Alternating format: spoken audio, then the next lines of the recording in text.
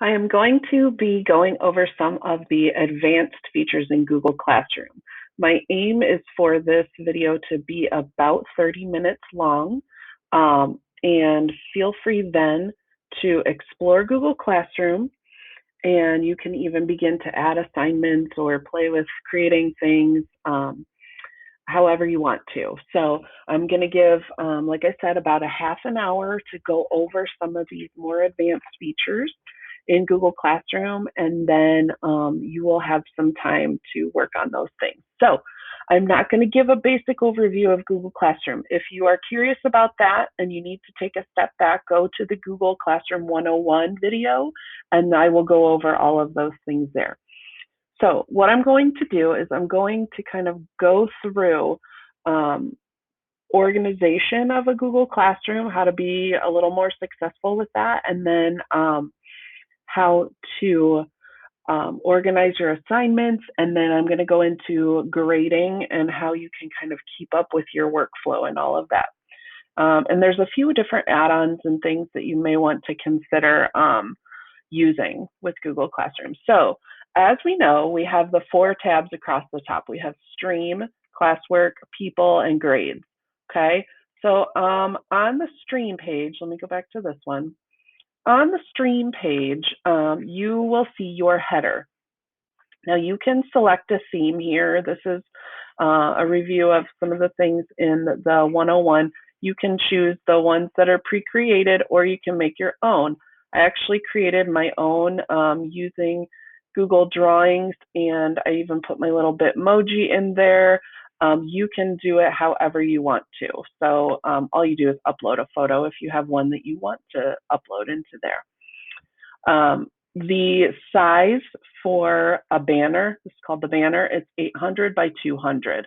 So if you search like an image, type 800 by 200 after it, and then you'll find ones that will fit your banner. Now that's the only place that students actually see your banner. So on Classwork, they don't really see it.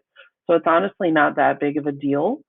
I want you to think about, for this coming school year, how do you want to organize your materials? And I know it depends on whether we're in person, whether we are remote, or whether we're a hybrid situation. So just think about all the different options that you could possibly have. I'm going to show you how I organized mine under Classwork for the remote learning in the spring. What I did was I organized them by week, and I actually found that to be pretty effective. Originally, I teach ELA Science and Social Studies. So my ELA classroom had our word study, we had read alouds, we had our mini lessons, and I had a topic for each of those. It was too difficult for students to go through. So I'm going to show you my kind of workflow. And I'm going to basically pretend that I'm doing a week right now of remote learning. Okay, so what I start doing is I'm going to click create, and I'm going to click, I'm going to create a topic. Okay, so what I do for remote specifically, this could work in person as well, but I'm going to type week of, and then I'll just pick a date. We'll just say 30. Okay, and I'm going to say add. So I always just put it like the Monday, whatever the Monday is. I'm just putting 6:30 just for time's sake. So now I've got a topic. My students are not going to see this until I actually publish posts under it. So this is invisible to the student, okay? And I'm going to show you 2 different views here. I'm going to go to a test student. Let me bring this over. So right now you see week of 6:30, but if I bring over, this is the student view, we don't have that, okay? Because I have no published topics under there or assignments or anything like that. So then what's going to happen is it puts them here. Wherever I drag them, so let's say I drag it under here, now it reorders it. It will reorder it over here. So you choose the order, whatever makes sense, whatever is easiest for your students. What I did, if you look over here on the left, these are all of the topics. So I have optional at the very bottom, and then like I started with the first week, and then the second week, and the third week, and I just went by week. That seemed worked very well for students as far as I could tell. Now, what I also do, and this was for remote, I have a daily agenda. So if I click on daily agenda, it's going to take us to, we had video announcements, so there's the link for that. But then what I did was I created for each week a schedule in Google Docs. Okay, so let me just make myself a little smaller here. It had each day of the week, and then it has everything here. It has the links to the Zoom meeting, okay, and then it has what assignments for each subject. In there, I have them linked to the Google Classroom assignment. So when the kids come in and they click on this, like if they know they're done reading and they have to log their reading, they're going to click on this and go to that link. It takes them literally right to the assignment. Okay, and I'll show you how to do this.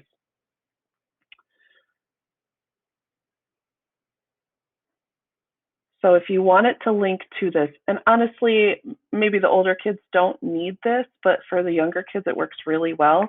If you know you want them to go right to this, all you do, each assignment has its own special link here. So I'm going to just copy that link, and then I go to my text here. All I do is highlight whatever text I want. That's called a hyperlink. Whatever text I want to be hyperlinked. Let me move that real quick so I can show you. And I highlight it, and then I go right up here to this little, it almost looks like a little paper clip, but it says insert link. And I click on that, and I'm going to paste my link right there, and I say apply. So now this is a live link, and when they click on my schedule for the week, it goes literally right to my Google Classroom assignment. So I feel like that was very helpful for the students to know. I also got feedback from the parents that it was indeed helpful for them. Okay, let me close out of that. So this is my, like I said, this is my weekly calendar. Honestly, I'm going to be doing this. Let me show you here. I'm going to be doing this year regardless of what we're doing, because here's mine for the first week of school. I just think it will be helpful to keep parents informed on what we're doing and give them that information on what the assignments are for the week. And that way, if we transition to remote at some time, it's a seamless transition. So however you can make that easier for your students. Let me close that up. Another question that I typically will have is about the stream versus the classwork. Okay, so many of you know when you post classwork, it also shows up on the stream. Okay, so you can post announcements here on the stream. You can share anything. Like if I click on this, I can add anything like I can for an assignment. So I can add something from Drive, a link to a website, a file, YouTube. What is not an effective, in my opinion, what is not an effective use of Google Classroom is simply putting a link to like a game or a website without any kind of explanation. I think especially in these situations, we need to be very specific. So what I like to do, and I'll show you how this changes the view here. I don't like anything on this stream except for what I feel is important. They used to have an announcements tab, and it's gone now. So I kind of use this as my announcements tab, and I put like distance learning expectations. Then I have every week of their previous weekly agendas. So then they can always go back if they're missing work or they need to go back to it, they can always go back. And then something I gave them to help was taking a picture and uploading to assignments. So I wanted to make sure I have those. And then our intervention specialist, Mrs. Shank, she put announcements on here. So this is really just like only announcements. It does not have all of the classwork things, like Mrs. Snyder uploaded an assignment, doesn't have that. How I turn that off is I go up to this gear, and this is where all of your class details will be. If you scroll down to the general area, this is your class code that you share with students. This is your stream here. So this is where you kind of lock it down if you want to. I typically do, but some teachers don't, where students can post and comment on the stream only, not on the classwork page, on the stream only. If you want them to be able to comment, you can do that. Or if you want where only you can post or comment on the stream, okay? This is the option, classwork on the stream. I have hidden those notifications. So you can click show attachment and details and you'll get the full thing, or show a condensed notification, which is typically the default. So it will show like a 1 or 2 line thing. Mrs. Snyder posted an assignment, this assignment on Google Classroom, da da da. But I like to hide them so that they are not there, okay? Some of these other options we'll come back to, but that is how you turn that stream off from all of those classwork notifications. I just think it's confusing for students, because what I would have them do is, like, they would come over, it takes them to the stream automatically, and then I would have them clicking on it over here. Well, I don't like that, because then they're not actually going to the assignment page. So I always tell them, always go to classwork. Okay, so we've talked about organizing by week, and within the week, we're going to talk about other ways that we can organize. Now, I personally did not this time for remote learning, but what I plan on doing next year, let me show you my start of my Google Classroom for this coming year, is a positivity project subject area. But within that, just to make it easier so students know which thing to do first, I've numbered them. So I have hashtag 01, hashtag 02, and then it's easier to search for those assignments that way. So you can put them in order however you want to. And so you can see kind of, this is what I'm doing.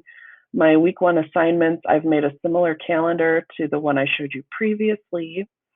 And they will click right on there to go if they want to do it that way, or they can go right to the assignment here and they can click on that. So what I've done is, instead of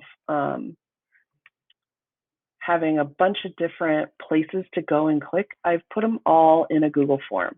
So for their positivity project, they have the video right here, along with 2 questions that go with the video, and then they will submit. This will give me all of the information. This is actually going to be their morning work, to do that kind of more on their own. And then we will discuss as a class. That will hopefully save time, and it will condense down the time that we are doing, because literally before it was me showing a video to the whole class, and then we would have a discussion. But here I can make sure everyone is participating, because they are all answering questions. And then I know only a few will share during class, but they may be more willing to write an answer here. So that is basically organization. If you do have any questions about that organization on anything, please let me know. For my science and social studies, if we are in person, I plan on organizing it by unit. So I'm going to say Unit 1 geography, or Unit 1 of scientific method, that kind of thing. And then in there, I'm going to number them just like I have them here. So hashtag 01, hashtag 02 through the unit. And that will just help the students know what to do first. And then that will also help you get a little more organized as well. All right. Let's look at some other options that you may or may not know exist.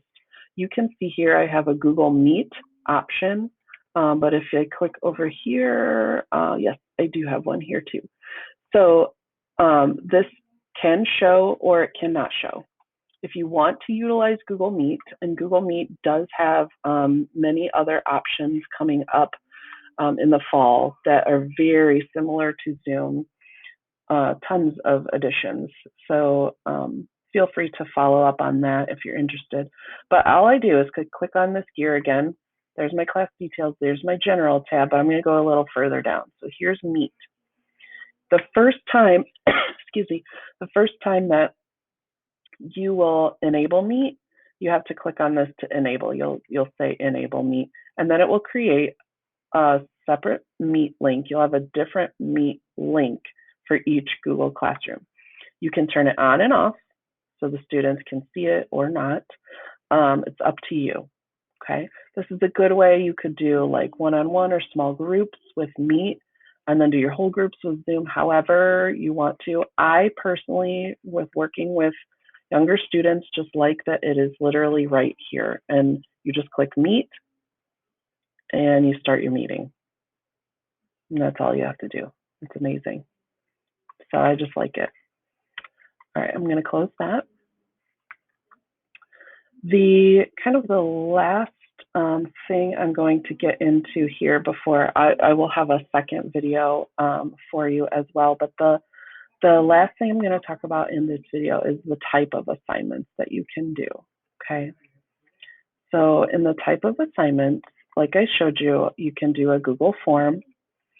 Here is a more interactive lesson that I have done. And I highly suggest, if you're creating videos, that you combine things together. So I always tell my students to click on view assignment. Don't just click here, because I want them to actually be on the assignment page. So if I click view assignment, I want to show you two views. I want to show you the teacher and the student. So as a teacher, I'm seeing all of their assignments, and I can click on instructions. This is similar to what a teacher or what a student will see. So let me pull that up for you really quickly. So let's see, word study, lesson 49. Let me go to this one. I'll show you the student. So this is the student's Google Classroom. Here's what they see. You can see it looks a little bit different.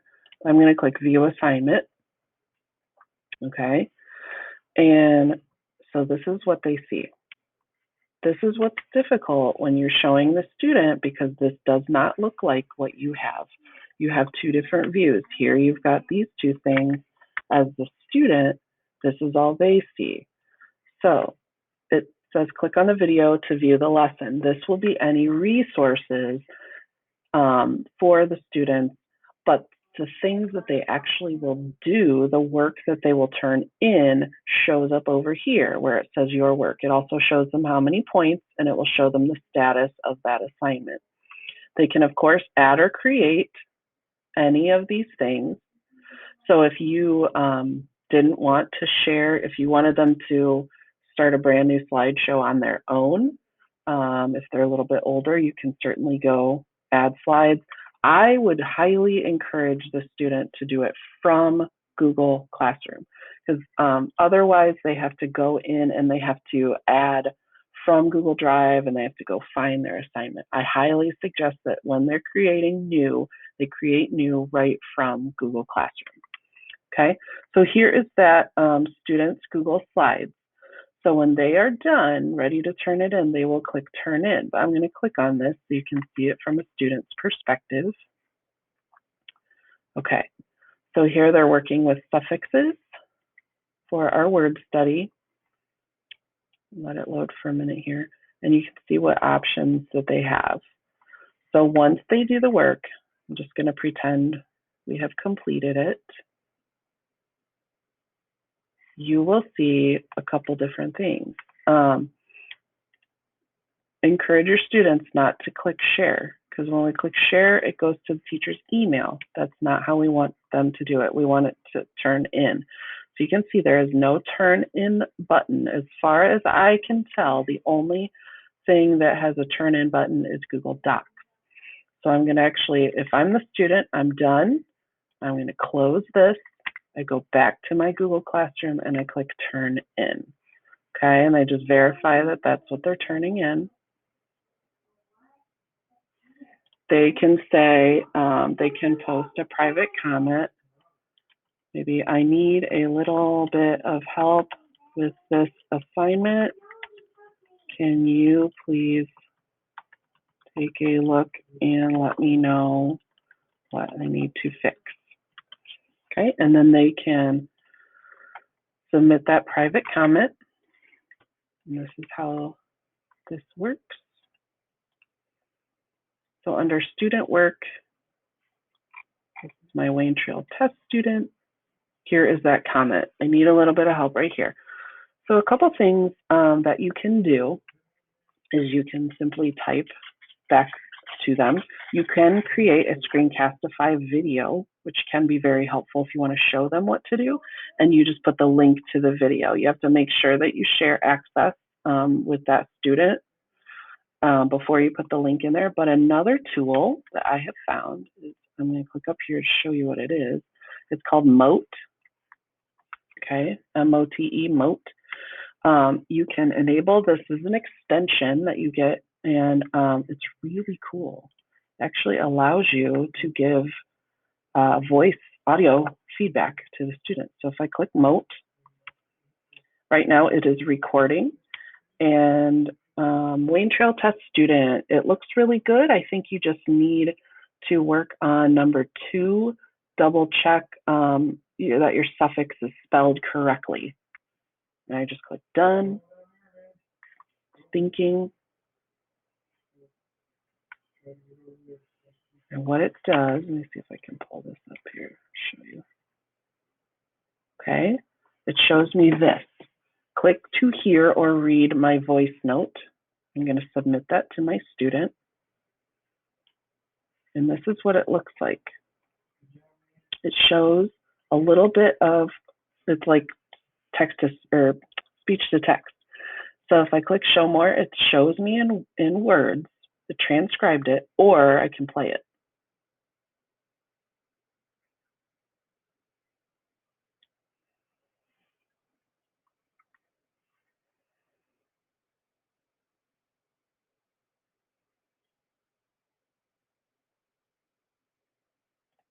Okay, you can always edit that, but then on the student side, okay, this is what they see. Click to hear or read my voice note. As a student, I click it.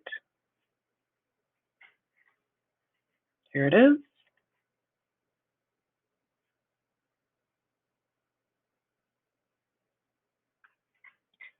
So they will be able to hear it. Even they don't have to add anything. They just goes to a website and they will see your text, or they will hear it. That is a lot faster feedback for you as a teacher, especially if you're grading a whole bunch of work. And that's just called Mote, and we add it in the Google Chrome store. On the next video is all about grading, so I will show you specifically how to do that. Let's say I'm going to add a grade, 13 out of 15, and I'll say return. I can add a private comment again here. I'm just going to return. And then there it is. Okay.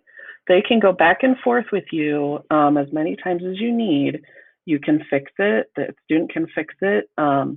When, like right now, when the student submits it, I have editing ability, and then they cannot edit. So a lot of times students will say, I need you, what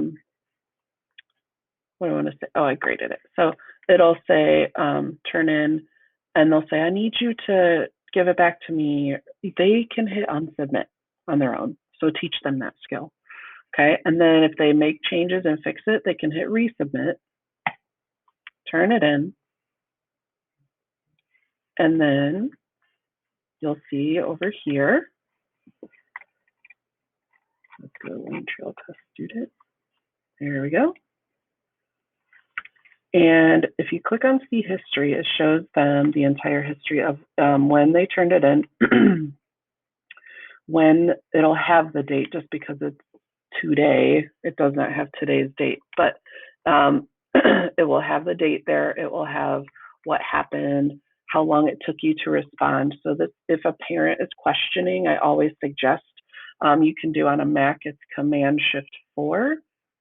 You'll get this little plus sign, and you can always do a screenshot, and you can share that with a parent. Okay, if they are ever questioning, like, did my student turn it in or not, you can show them this history and prove whether or not they did. Okay, all right. That is the end of my advanced video. If you watch the next video, I specifically go into a lot more detail about grading. So I wanted to split them into a couple videos just in case you didn't want to watch that video on grading, but I highly suggest that you do. It will be focusing on grading and feedback. Enjoy. Thank you.